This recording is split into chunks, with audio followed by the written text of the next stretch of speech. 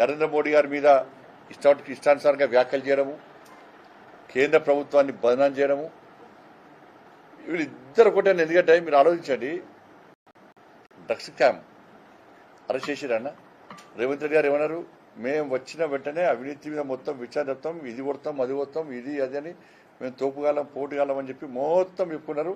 ఇంతవరకు ఇప్పుడు కాళేశ్వరం స్కామ్ విచారణ పక్కకు పోయింది, డ్రగ్స్ స్కామ్ పక్కకు పోయింది, ఫామ్ హౌస్ కేసు పక్కకు పోయింది, విద్యుత్ కొనుగోలుది అది విచారణ నివేదిక ఏమైందో ఎవరింట్లో ఉందో ఏ డెస్క్ ఉందో ఎవరు తెలియదు, అది పోయింది. చేపల స్కామ్ పోయింది, గొర్రెల స్కామ్ పోయింది. ఇన్ని స్కామ్లు జరిగితే ఏ ఒక్క స్కామ్లోనైనా కేసీఆర్ కుటుంబాన్ని అరెస్ట్ చేసిన సందర్భాలు ఉన్నాయా? అవినీతి జరిగిందన్నది మీరే, అన్ని ఆధారాలు ఉన్నదన్నది మీరే. ఇలా అన్నిటికీ సిట్టు పేరుతోనో ఫోన్ ట్యాపింగ్ కూడా ఈ విచారణల పేరుతో కాలయాపన చేస్తున్నారు తప్ప కనీసం కేసీఆర్ కుటుంబాన్ని అరెస్ట్ చేసేటువంటి ధైర్యం సాహసం కాంగ్రెస్ పార్టీ ప్రభుత్వం చేస్తలేదు. ఎందుకంటే రెండు పార్టీల యొక్క లోపాయికార ఒప్పందం.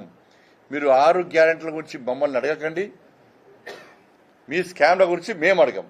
నేను కొట్టినట్టు చేస్తా, మీరు ఏడ్చినట్టు చేయండి. మన ఇద్దరం కొట్లాడుకోవాలి, మన ఇద్దరమే లైవ్లో ఉండాలి. లేకుంటే భారతీయ జనతా పార్టీ వస్తే మనం తట్టుకోలేము. తెలంగాణ రాష్ట్రంలో అధికారంలోకి రావాల్సింది భారతీయ జనతా పార్టీ. అడ్డిమారి గుడ్డి దెబ్బల మేము వచ్చినాం కాబట్టి మళ్ళా భారతీయ జనతా పార్టీకి అవకాశం ఇవ్వద్దు అని చెప్పి ఈ రెండు పార్టీలు లోపాయకార ఒప్పందం కుదుర్చుకున్నారు. కాబట్టి బనకచర్ల నేను ఇలా కిషన్ గారు చెప్పారు, మేం చెప్పినాం. నిన్న ఇద్దరితో దేశాన్ని వెళ్ళింది. రెండు రాష్ట్రాల మధ్య జల వివాదాలు ఏర్పడినప్పుడు ఆ రెండు రాష్ట్రాలను సమన్వయపరిచి ఇద్దరిని కూర్చోబెట్టి ఒక పెద్దన్న పాత్ర పోషిస్తూ సమస్యలను పరిష్కరించాల్సిన బాధ్యత కేంద్ర ప్రభుత్వం మీద ఉంది. గతంలో ఏ ప్రభుత్వం కూడా చేయలే. ఇవాళ నరేంద్ర మోడీ గారి ప్రభుత్వము రెండు రాష్ట్రాల ముఖ్యమంత్రులు పిలిపించి సామరస్యపూర్వకంగా ఆ సమస్యలు విని పరిష్కరించుకోవాలని చెప్పి ఒక ఆలోచనతో నిన్న వేదికను ఏర్పాటు చేస్తే ఇవాళ ఇరు రాష్ట్రాలు సొంత ఎజెండాతో పోయిన తర్వాత అది గంటల్లో 2 గంటల్లో ఒక్కరోజు చర్చించేది కాదు. కాబట్టి అన్నిటి మీద కమిటీ వేయాలని చెప్పి కేంద్ర ప్రభుత్వం నిర్ణయించింది.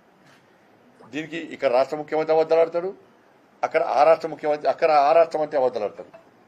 దీన్ని బీఆర్ఎస్ వేస్తారు, మేము మళ్ళీ తెలంగాణ ఉద్యమం స్టార్ట్ చేస్తాం దీని మీద అని వీళ్ళు అంటారు.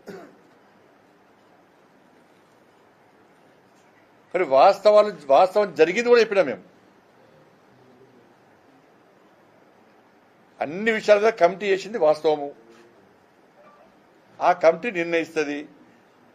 మోడీ గారి ప్రభుత్వం ఆలోచనది మాకు అన్ని రాష్ట్రాలు సమానమే, ఏ రాష్ట్రాన్ని కూడా అన్యాయం చేయము, ఇరు రాష్ట్రాల రాష్ట్ర ప్రజల యొక్క ప్రయోజనాలను కాపాడమే కేంద్ర ప్రభుత్వం యొక్క లక్ష్యము ఆలోచన. తెలంగాణకు అన్యాయం ఎట్టి పరిస్థితుల్లో జరగనియము. మా తెలంగాణలో కాదనేది ఏం చేశారు బీఆర్ఎస్ వాళ్ళు?